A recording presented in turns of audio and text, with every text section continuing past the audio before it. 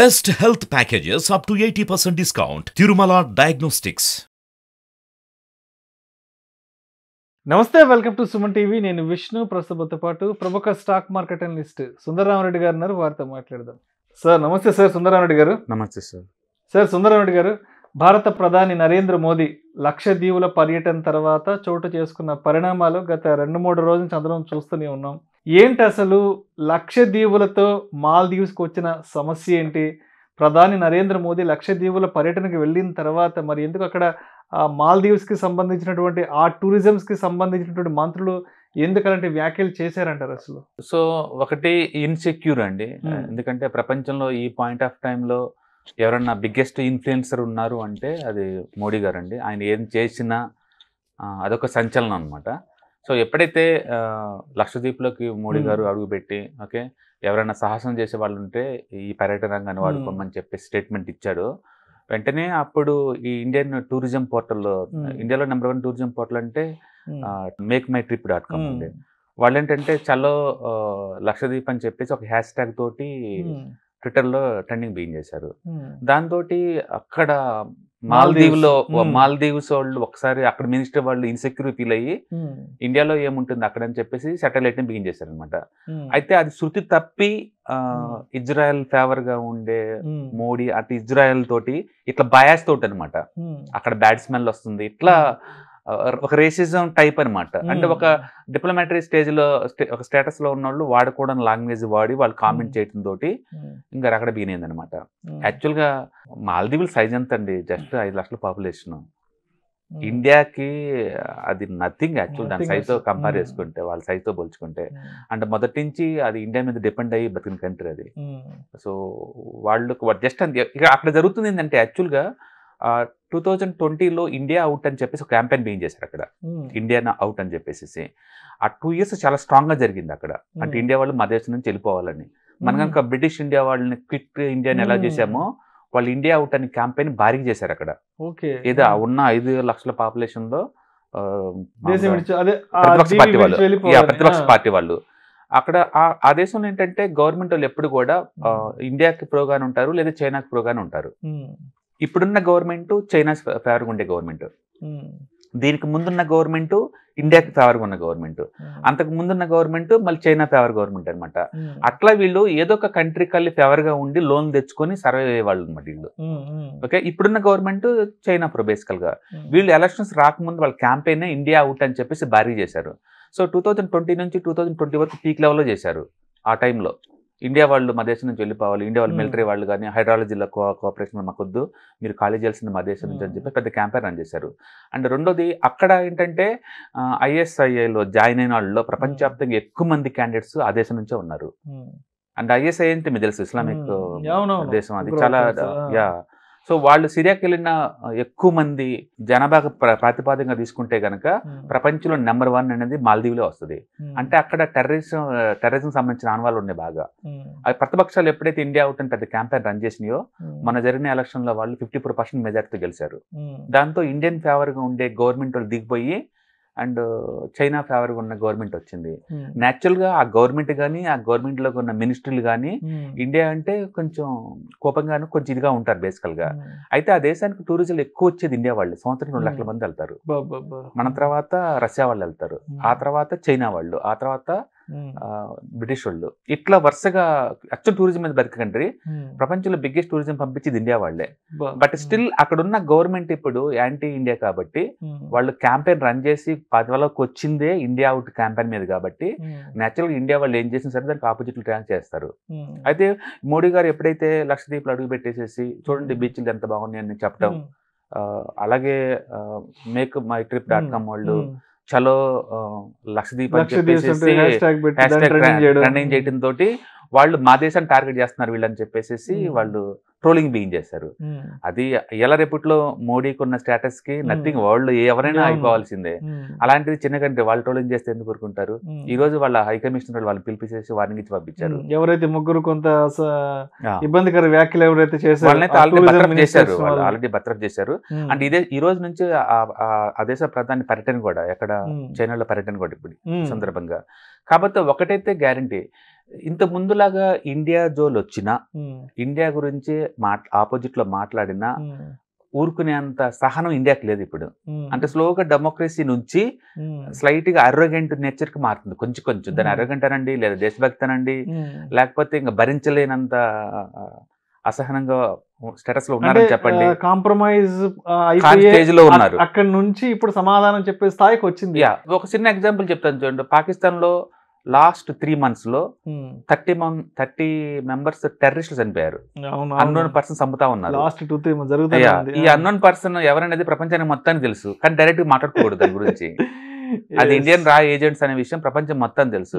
వాళ్ళు పెట్టుకున్న ముద్దు పేరు అన్నోన్ పర్సన్ అంతే. అండ్ అలాగే లండన్ లో కూడా 4 ఇండియాకి వ్యతిరేకంగా పనిచేసే వాళ్ళు 4 షూట్ చేశారు. ఇంతవరకు ఆనవాళ్ళు కూడా లేదు. అండ్ కెనడాలో 2 లేపేశారు. ఓకే, అమెరికాలో కూడా మా దేశంలో ఒకరిని చంపడానికి వచ్చారన్నట్టు అమెరికా సిఏ వాళ్ళు దర్యాప్తు చేస్తున్నారు. మొత్తానికి ఏంటంటే ఇండియా ఇంత ముందు ఇండియా కాదు, ఒక ఇండివిజువల్ ఇండియా అనమాట. ఇప్పుడు ఇంత ముందు అంతలాగా మీరు మాట్లాడితే మేము పట్టించుకున్న టైప్ కాదు. అలాంటిది ఈ టైంలో వాళ్ళు మోడీ గురించి బ్యాడ్ గా మాట్లాడుతుంటోటి, అండ్ వాళ్ళ టూరిజం ఎక్కడ తగ్గిపోతుంది, ఇన్సెక్యూరిటీ డౌన్ఫాల్ అయిపోతుందన్న భయాన్ని వాళ్ళ భయం ఈ విధంగా మాటల ద్వారా వ్యక్తం చేశారు. దాంతో ట్రోలింగ్ బీనేని ఒక రకంగా దట్స్ టూ గుడ్. ఎందుకంటే ముందు రోజుల్లో ఇండియాలోనే టూరిజం బాగా డెవలప్ అయ్యే ఛాన్స్ ఎక్కువ ఉంది. బేసికల్ గా ఇండియాలో మన దగ్గర మంచి ఆంధ్రప్రదేశ్ తీసుకోండి, అరకు దగ్గరలో ఉన్న విశాఖపట్నం బీచ్ కావచ్చు, బాపట్ల దగ్గర ఉన్న బీచ్ కావచ్చు, కాకినాడ కావచ్చు, నెల్లూరు బీచ్ కావచ్చు, అలాగే కాకినాడ దగ్గర భీమినిపట్నం బీచ్ కావచ్చు, చాలా ఉన్నాయండి. రేపల దగ్గర ఉన్న బీచ్లు కావచ్చు. ఉన్న వాటిని నెగ్లెక్ట్ చేసి ఎక్కడో ఉన్న అక్కడ పోయి 4 ఫోటోలు తీసుకురావటం అండి. ఇక్కడ ఏం జరుగుతుందంటే ప్రాబ్లం 3 రకాల పబ్లిక్. ఒకటి, ఎంత కష్టపడ్డా సరే ఏం మిగలకుండా స్ట్రగుల్ అయ్యే బ్యాచ్ ఒకటి. మీరు ఎంత చేయండి, ఎంత కష్టపడండి, అల్టిమేట్ కష్టపడతారు అంతే, బట్ వాళ్ళ శ్రమకు తగ్గట్టు మిగలదు. ఎగ్జాంపుల్ వ్యవసాయం. మీరు ఎంత చేయండి, దానికి వచ్చేది ఏంటంటే సర్వైవింగ్ కావటం సరిపోతుంది, బతకడం కోసం జరుగుతుంది. అల్ట్రా రీచ్ అవడానికి పుస్తకాల్లో పేపర్లో వస్తాయి తప్ప స్టోరీస్ రియల్ టైంలో ఉండదు. కానీ హ్యాపీ బతుకుతారు, ఉన్నంతలో హ్యాపీ బతుకుతారు అంతవరకే. అది ఒక బ్యాచ్. వాళ్ళకి టూరిజంలో తొక్కుతో అది ఏమి ఉండదు. ఇంటి దగ్గర ఒకరోజు హాలిడే దొరుకుతారు, ఫుల్ ఎంజాయ్ చేస్తారు. ఒక మంచి గాలి, ఒక మంచి వెన్నెల వచ్చిన రాత్రి చాలు, చిన్న చిన్న ఆనందాలకి వాళ్ళు మురిసిపోతారు. అదొక టైపు. రెండో వాళ్ళు సిటీలో కొంచెం వర్క్ చేస్తూ ఉంటారు, రిలాక్సేషన్ కోసం ఊరు బయట టూర్కి వెళ్తుంటారు. దగ్గరలో ఉన్న టూరిజం కావచ్చు, టెంపుల్స్ కావచ్చు. ఇది రెండో బ్యాచ్. మూడో బ్యాచ్ ఫైనాన్షియల్ ఫ్రీడమ్ బాగుంటుంది వీళ్ళకి. అంటే తండ్రులు ఇచ్చిన ఆస్తులు కావచ్చు, కష్టపెడితే వచ్చిన ఆస్తులు కావచ్చు, మొత్తానికి ఫైనాన్షియల్ ఫ్రీడమ్ వచ్చేసి ఉంటుంది. నెక్స్ట్ ఏంటంటే బేసిక్ నీడ్స్ ఫిల్ అయిపోయినాయి, సోషల్ నీడ్స్ ఫిల్ అయిపోయినాయి. ఇప్పుడు స్టేటస్ నీడ్స్ ఫిల్ అవ్వాలి. స్టేటస్ నీడ్స్ ఫిల్ అవ్వాలంటే నేను ట్విట్టర్లోనూ టెలిగ్రామ్లోనూ కొన్ని ఫోటోలు తీసి పెట్టుకుంటా ఉండాలి. నేను కారు కొంటాను, పోస్ట్ చేస్తాను అంటే ప్లీజ్ నన్ను పొగడవా అని అర్థం. నేను ఎందుకు షేర్ చేస్తానండి? నేను షేర్ చేసేయాలంటే నా ఇంటెన్సిటీ ఏంటి? నన్ను పొగడండి ప్లీజ్ గురించి జనాలు గొప్పగా అనుకోవాలి. నేను ఫైనాన్షియల్ గా బాగా వెల్దీగా ఉన్నానని ప్రొజెక్షన్ జనాల్లోకి ఏదైనా కావచ్చు. బేసికల్ గా సినిమా వాళ్ళు అంటే వాళ్ళకి సినిమా ఆఫర్ల కోసం అర్ధనగరం ఫోటోలు దిగేసి బీచ్ల మీద అంటే అర్థం ఉంది. మామూలు సామాన్య జనాలకు పోవాల్సిన అవసరం ఏముందండి? అంత మీనింగ్ ఏంటంటే వాళ్ళకి ఆల్రెడీ అన్ని రకాల ఫ్రీడమ్ ఉంటుంది, అలాంటి వాళ్ళు వెళ్తుంటారు. బట్ మనకు లోకల్ బోల్డ్ నేను అంటుంది ఏంటంటే ఒక లక్షద్వీపే కాదు, కేరళలో ఎంత బ్యూటిఫుల్ ఉన్నాయండి. కేరళ కర్ణాటకలు ఎక్కడ ఉన్నాయి అంటే వీళ్ళకి ఏంటంటే కొత్తకు వింత పాతకు రోత అన్నట్టు ఈ పేర్లు ఇని బోరు కొట్టింది అనమాట. ఆంధ్రప్రదేశ్ ఇంత దగ్గరలో ఉన్న బీచ్లు మొత్తం వదిలేసి, చుట్టుపక్కల మనకి మంచి పర్యాటక ప్రాంతాలు ఉన్నాయి తెలుగు రాష్ట్రాలు, ఇవన్నీ వదిలేసేసి ఎక్కడికో వేరే దేశాలకు వెళ్ళేసి ఆ దేశంలో ప్రమోట్ చేయాల్సిన అవసరం ఉందండి. బట్ వాళ్ళు గెలటం మంచిదైంది, మరక మంచిదే అన్నట్టు వాళ్ళు గెలటం మంచిదైంది. ఇండియాలో ఇప్పుడు బీన్ అవుతుంది. ఎంత స్పీడ్ గా బీన్ అవుతుందంటే లక్షద్వీప్కి వెళ్లాల్సింది అన్నట్టు క్రికెటర్స్ అనుకూలంగా ట్రీట్ చేస్తున్నారు, అండ్ ఫిల్మ్ స్టార్స్ చేస్తున్నారు. అంటే దేశంలో ఇంతకుముందు ఎప్పుడు ఇంత యూనిఫామ్ గా ఒక ఇష్యూ మీద నిలబడటం ఎప్పుడు చూడలేదు. బట్ ఇప్పుడు దేశం మొత్తం ఒక గాడి మీద నిలబడి దాన్ని ఖండిస్తున్నారు, దాని మీద నిలబడుతున్నారు. ఇప్పుడు ఆల్రెడీ తాజ్ హోటల్ వాళ్ళు ఒక 100 రూమ్స్ తోటి అండర్ విల్లాస్ కడతానికి ప్లాన్ చేస్తున్నారు ఆల్రెడీ. అంటే స్పీడ్ గా అయిపోతుంది ప్రొసీజర్ అంతా. ఓకే, ఇంత ముందులాగా ఏం లేకపోవచ్చు. ఇప్పుడు కూడా మనకున్న బీచ్లు మొత్తం ఏతగా గోవా తప్ప మిగతా ఏరియాలు ఎక్కడ కూడా బీచ్లు అంత డెవలప్ అవ్వలేదు. కొత్త కేరళ బీచ్లు డెవలప్ అయినాయి. బట్ ముందు రోజుల్లో టూరిజం అనేది చాలా పెద్ద ఇండస్ట్రీ కాబోతుంది. టూరిజంలో ఉన్న బ్యూటీ ఏంటంటే కొన్ని వందల సెక్టర్స్ బాగుపడతాయి. పర్టికులర్ లోకల్స్ కి అది మంచి ఇది అనమాట. మంచి లోకల్ కి మంచి డెవలప్ అయ్యే ఛాన్స్ ఎక్కువ ఉంటుంది. కాబట్టి ముందు రోజుల్లో ఈ ఇష్యూ వల్ల ఇండియాలో డెఫినెట్ గా టూరిజం డెవలప్ అవుద్ది. అందులో ఆల్రెడీ రిలీజియస్ టూరిజం బాగా డెవలప్ అయింది. మీరు అయోధ్యని చూసుకోండి, అది అయోధ్య సిటీ మున్సిపాలిటీ యొక్క బడ్జెట్ 12 కోట్లు అండి ఇంతకుముందు. ఇవాళ దాని బడ్జెట్ 500 కోట్లు అయోధ్య మున్సిపాలిటీ. అంటే అక్కడ జరిగిన డెవలప్మెంట్ కాస్ట్ 85,000 కోట్లు. అంటే రాబడి ముందు రోజులు ఎంత వస్తుందో ఊహించి ఇండియాలో ఉన్న ప్రతి ట్రైన్ పోయి అక్కడ ఆగిపోయేలాగా ప్లాన్ చేస్తున్నారు. అది అక్కడ ఇంకా ట్రైన్స్ వదిలేరో లేదో IRCTC రోజు పెరుగుతుంది, రోజు 2%. రోజుకి వందే భారత్ ట్రైన్స్ వల్ల కావచ్చు, ఇట్లా కావచ్చు. కాశీ క్యారిడార్ డెవలప్ చేసిన తర్వాత ఇండియాలో హైయెస్ట్ పబ్లిక్ విజిట్ ఇస్తుంది అక్కడండి, అంటే 15 crores. And statue of unity అక్కడ విజిట్ చేసిన వాళ్ళు ఆల్మోస్ట్ లిటరలీ 30 crores అండి. మొత్తానికి క్రోర్స్ అది ఇంకంతే. ఇవన్నీ ఏంటంటే Australian population, American population nothing దాని ముందు, ఆ విజిట్ల ముందు, వాటి విజిట్ ముందు అంతగా కోట్ల మంది విజిట్ చేస్తున్నారు. ఒకప్పుడు ఈ పెట్టిన ప్రాజెక్ట్ అని శుద్ధ వేస్ట్ అనేవాళ్ళు, ఇప్పుడు లేదండి. ఆ రెవెన్యూ విత్ ఇన్ 5 years కి బ్రేక్ ఎవరికి వచ్చేస్తుంది. టూరిజం అనేది హాట్ కేక్, చాలా హాట్ కేక్. ఇవాళ వీళ్ళు లగ్జరీ లోదా వాళ్ళు డిక్లేర్ చేశారు వారణాసిలో అండ్ అమృత్సర్లో అండ్ మొత్తం 5 పిలిగ్రిమ్ సిటీస్ అన్నింటిలో 5-star హోటల్స్ ప్లాన్ చేస్తున్నారు వాళ్ళు. అంటే ఇంతకుముందు పిలిగ్రామ్ అంటే ఎక్కడ సత్తరాలు ఉండేళ్ళు ఎగ్ చేసుకొని మనం అనుకునే వాళ్ళం. ఇప్పుడు లేదంటే లగ్జరియస్, అది అంటే స్వామికార్యం సహకార్యం రెండు పూర్తవుద్ది అన్నట్టు లగ్జరియస్ గా ఉంటుంది. అందుకని ముందు రోజులు టూరిజం ద్వారా లాజిస్టిక్స్ కావచ్చు, ఇన్ఫ్రాస్ట్రక్చర్ కావచ్చు అండ్ దైవత్వం కావచ్చు, మొత్తం అన్ని పెరిగే ఛాన్స్ ఎక్కువ ఉంది. ముందు రోజు హాస్పిటాలిటీ సర్వీసెస్ బీభత్సంగా పెరిగే ఛాన్స్ ఎక్కువ ఉంది. ఎందుకంటే ఎప్పుడైతే డిస్పోజల్ ఇన్కమ్ పెరుగుతుందో అప్పుడు ఆటోమేటిక్ గా ఇలాంటివి బయటకు వస్తాయి అనమాట. కాబట్టి ఇష్యూ రైట్ టైంలో వచ్చింది. అది దానివల్ల ఆ దేశానికి గుడ్ బ్యాడ్ ఏం జరుగుతుంది మనకు తెలియదు, కానీ ఇండియాకి మాత్రం సూపర్ గుడ్ జరగబోతుంది. ఎందుకంటే ఈ అండమాన్ నికోబార్ దీవులు లాంటివి మనకు దగ్గర 100లో ఉన్నాయండి. 100లో 1-2 కాదు, 100లో ఉన్నాయి. వాటన్నిటిని డెవలప్ చేసుకోవచ్చు. ఇప్పుడు దాకా టూ మచ్ నెగ్లెక్ట్ చేశారు అవి.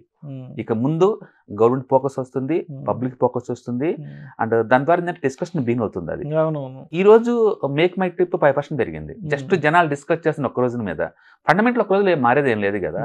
అంటే జనం ఏంటంటే అంత సెంటిమెంటల్ గా అటాచ్మెంట్ తెచ్చుకుంటున్నారు. సిచ్యువేషన్ ఎంత రివర్స్ అయిందంటే లక్షద్వీప్ పర్యటన ముగించుకొని మళ్ళీ తిరిగి వచ్చేటప్పటికే అంటే ఇప్పటి వరకు ఎవరైతే మాల్దీవ్స్ కి వెళ్ళాలని ఆల్రెడీ ప్లాన్ చేసుకున్నారు ఎగ్జిస్టింగ్, ఆ ఫ్లైట్ టికెట్స్ అనేవి క్యాన్సిల్ చేస్తున్నారంటే అక్కడ హోటల్ రూమ్ బుకింగ్స్ అని క్యాన్సిల్ అయిపోయినాయి. రైట్, అవును. Almost 10,000 hotel rooms, 5,000 flight tickets already.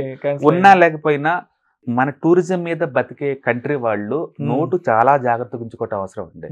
ఎందుకంటే నోరు జారితే ఇప్పుడు ఆ రిలేషన్ ఎప్పటికీ సెట్ అవ్వదు, టూరిజం రాదు, పర్మనెంట్ గా రాదు, ఈజీగా తగ్గిపోద్ది. అండ్ మోర్ ఓవర్ పబ్లిక్ కూడా ఏంటంటే ఒక దివాళీ అప్పుడు చైనా గుడ్స్ ఎలా బ్యాన్ చేశారు, ఇప్పుడు ఇవాళ దివాళీ చూడండి ఒక్క చైనా కూడా అమ్మటలేదు ఇండియాలో. 2 years బ్యాక్ క్యాంపెయిన్ చేసినప్పుడు అందరు నవ్వారు, దివాళీ వాటిని అడ్డుకుంటారు చైనా గుడ్స్ అన్నారు. ఇవాళ చైనా గుడ్స్ ఎక్కడ ఉన్నాయండి? అగరబత్తిలో ఇండియాలో చైనీస్ అగరబత్తిలో 80% ఆక్యుపై చేసినాయి, వాళ్ళు జీరో చేసి పడేసారు మొత్తం. పబ్లిక్ తెలుసుకుంటే దేనిని జీరో చేస్తారు, వాళ్ళకి క్యాలిబర్ ఉంది వాళ్ళకి. ఇప్పుడు ఈవెన్ మాల్దీవులు చూసుకోండి, ఇయర్లీ 2 lakh పంపించి నెంబర్ 1లో ఉంది. నెక్స్ట్ 1 year తర్వాత చూడండి మీరు సగం తగ్గిపోతారు ఈజీగా. ఈ లోపు ఏంటంటే ఎవ్రీ స్టేట్ కూడా ఈ పబ్లిక్ పల్స్ చూసేసి నియరెస్ట్ లోకల్ టూరిజం డెవలప్ చేసుకుంటారు. డెఫినెట్ గా దిస్ ఈస్ గుడ్ థింగ్ అండి. అండ్ సైబర్ ఆ స్పేస్ లో చూసుకుంటే సోషల్ మీడియాలో ఎక్కడ చూసుకున్నా వరల్డ్ వైడ్ గా ఇక ముందు రోజుల్లో ఇండియా గురించి నోరు మాట్లాడినా, నోరు జారినా, బ్యాడ్ గా మాట్లాడితే ఇంత ముందులాగా సహించే అంత ఓపిక మీరు అంటే రెండో ప్రపంచ యుద్ధంలో యూరోప్ వాళ్ళు ఇన్ఫర్మేషన్ ఏజ్ లో ఎలా డామినేట్ చేశారు, తర్వాత అమెరికా వాళ్ళు ఎలా డామినేట్ చేశారు, నెక్స్ట్ ఇండియా హవా రాబోతుందండి. ఇండియా హవా రాబోతుంది. ఆన్లైన్స్ లో ఎక్కడ పెట్టినా సరే ఇండియా గురించి ఎవరైనా బ్యాడ్ గా మాట్లాడంటే ట్రోలింగ్ లో వదలరు ఇంత ముందులాగా. ఎందుకంటే 140 కోట్ల పాపులేషన్, డిజిటల్లీ హై ఎండ్ వాళ్ళు వీళ్ళందరూ. అందుకని ముందు రోజుల్లో కంట్రీని ఏమన్నా అన్నా సరే, కంట్రీలో పొలిటికల్ జూలు పోయినా సరే ఇంత ముందులాగా సైలెంట్గా ఉండి మన పని మనం చూస్తున్నాం లేదు. ఇండియా అవుట్ క్యాంపెయిన్ రన్ చేసినప్పుడు ఇండియాలో ఒక్కరు కూడా మాట్లాడలేదండి. 2020లో మాల్దీవులో ఇండియా అవుట్ వ్యతిరేకంగా మాట్లాడి ఒక్కడం లేదు. ఇవాళ ఏంటంటే మోడీ గారిని పాయింట్అవుట్ చేశారు కాబట్టి అన్నెసరీ లేదు, అట్లా అన్నెసరీ ప్రొవోకింగ్ అది. వాళ్ళకున్న స్టేజెస్ కి వాళ్ళు నథింగ్ ఇండియా ముందు. ఇండియా గురించి అలా మాట్లాడకూడదు. కాకపోతే వాళ్ళు ఉన్న లొకేషన్ జియోగ్రఫికల్ చాలా ఇంపార్టెంట్ ఏరియా అండి. ఎందుకంటే ఇండియన్ ఓషన్ లో వాళ్ళు ఉన్న ప్లేస్ లో షిప్స్ వచ్చేటప్పుడు పోయేటప్పుడు ఫిల్లింగ్ కావచ్చు, లేదా ఏదైనా పైరేట్స్ మీద ఫైటింగ్ కావచ్చు, ఆ లొకేషన్ జియోగ్రఫికల్ చాలా ఇంపార్టెంట్ అనమాట. అందుకని ఆ లొకేషన్ అనేది ఇండియా వాళ్ళకి చాలా ఇంపార్టెంట్. ఆ లొకేషన్ వల్ల ఏంటంటే మనకి సముద్ర గస్తీ చాలా ఈజీ అవుతుంది. ఇప్పుడు అది కనుక చైనా వాళ్ళకి వెళ్ళిపోయింది అనుకోండి, ఓకే, చైనా వాళ్ళు అక్కడ తెచ్చేస్తారు. తద్వారా ఏంటంటే మళ్ళీ ఇండియన్స్ ప్రాబ్లం అవుద్ది అనమాట. అందుకని సెక్యూరిటీ పాయింట్ ఆఫ్ లో మాల్దీవులతోటి ఆ ఫ్రెండ్షిప్ మెయింటైన్ చేయాల్సిందే. But at the same time వాళ్ళంటే మనం పడాల్సిన అవసరం లేదు. ఆఫ్టర్ ఆల్ 5 లక్షల పాపులేషన్ జనాభా ఉన్నదానికి వాళ్ళు మెడిసిన్ మొత్తం ఇండియాకి వస్తారండి, ఎడ్యుకేషన్ మొత్తానికి ఇండియాకి వస్తారు. అందులో 93% ముస్లిం పాపులేషన్ అండి. ఇండియా వాళ్ళు ఇండియన్సే అక్కడ 25,000 మెంబర్స్ సెటిల్ అయ్యారు పర్మనెంట్ మాల్దీవ్స్ లాగా. హిస్టారికల్ గా మొదటి నుంచి కూడా మంచి ఫ్రెండ్షిప్ దానికి మనకి. ఇప్పుడు ఉన్న గవర్నమెంట్ వాళ్ళు అనవసరంగా నోటు దూల వల్ల ఇష్యూ ఇంత తెచ్చుకోవటం తప్ప అదర్వైజ్ మాల్దీవులు ఈజ్ టూ గుడ్ కంట్రీ అండి. మాల్దీవులు టూ గుడ్ కంట్రీ, ఎందుకంటే హిస్టారికల్ గా మొదటి నుంచి ఆ రిలేషన్షిప్ మనకు ఉన్నాయి. ఇప్పటికి కూడా ఈ పాయింట్ ఆఫ్ టైంలో వాటికి మెడికల్ కానీ హెల్త్ కేర్ కానీ ఎడ్యుకేషన్ కానీ మొత్తం ఇండియాకి వాళ్ళు వచ్చేది, ఇండియాకి వచ్చేస్తారు. కాబట్టి ఈ ఇష్యూ వల్ల ఏమవుద్దంటే ఇప్పుడు టెంపరీగా ఇండియా వాళ్ళు అంత ఈజీగా ఒప్పుకోరు. మనం ఇండియా అవుట్ అన్న అంత కంపెనీ అంత ఈజీ కాదు. నోరు బారేసుకుంటూ ఇండియా ఊరుకున్నారు, అది విషయం అర్థం అవుద్ది. ప్రపంచ దేశాలకు అర్థం అది ఇండియా మీద పౌల్ లాంగ్వేజ్ వాడితే వాళ్ళు ఊరుకోరు అంత ఈజీగా అని. ఇప్పుడు ఒక తొక్కితే ఏమవుద్ది, నీ ఇన్కమే పోతుంది. ఆఫ్టర్ ఆల్ నీకు మంచినీళ్ళు లేని టైంలో ఇండియా వాళ్ళు పంపించారండి. ఇండియా నుంచి షిప్పుల ద్వారా ఫ్రీగా నీళ్ళు వాళ్ళు పోషించారు. ఆ కృతజ్ఞత వాళ్ళు ఉంచుకోలేకపోతున్నారు. ఓకే, కానీ ఇప్పటికే ప్రతిపక్షంలో ఉన్న ఇండియా ఫేవర్గా ఉన్న వాళ్ళు గవర్నమెంట్ మీద ప్రెజర్ పెట్టారండి ఆల్రెడీ.